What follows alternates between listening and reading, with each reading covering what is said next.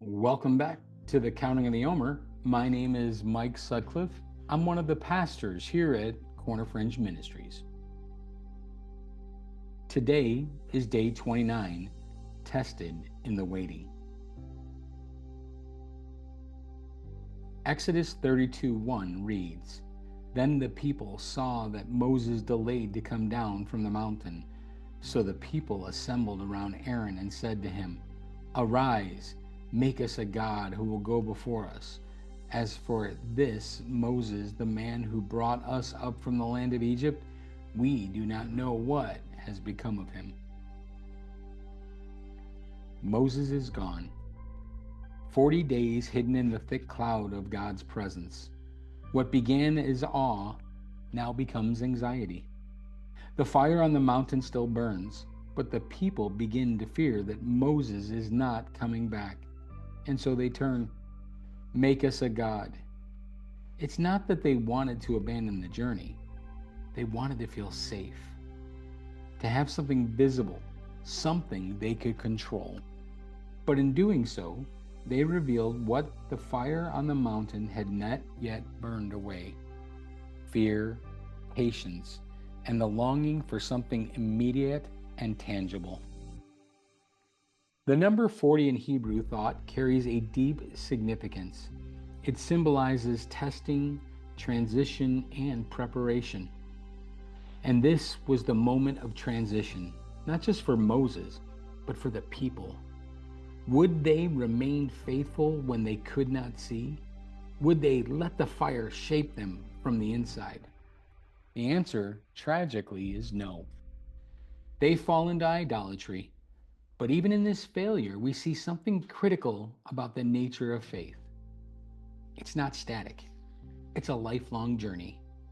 Even after miraculous deliverance, even after hearing God's voice, the work of formation is ongoing. God doesn't give up on them. Instead, He continues to lead, correct, and shape, because covenant isn't about perfection, it's about relationship.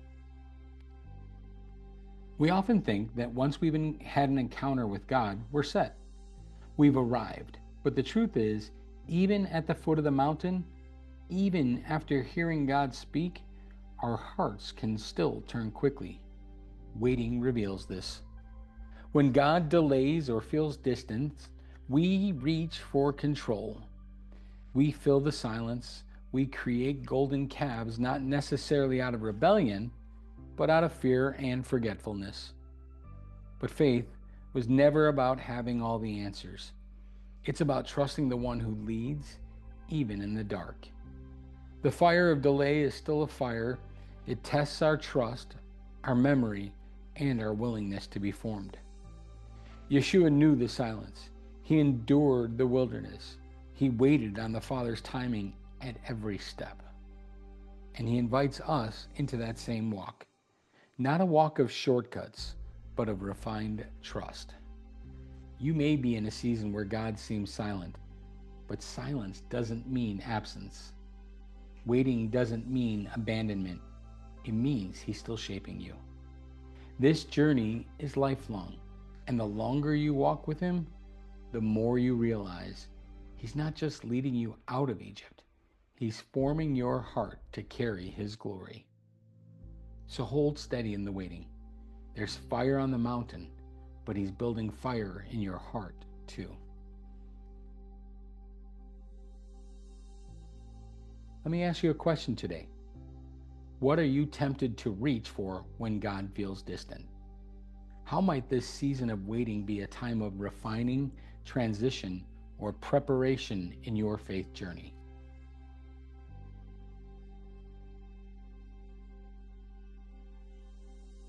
Let's pray together.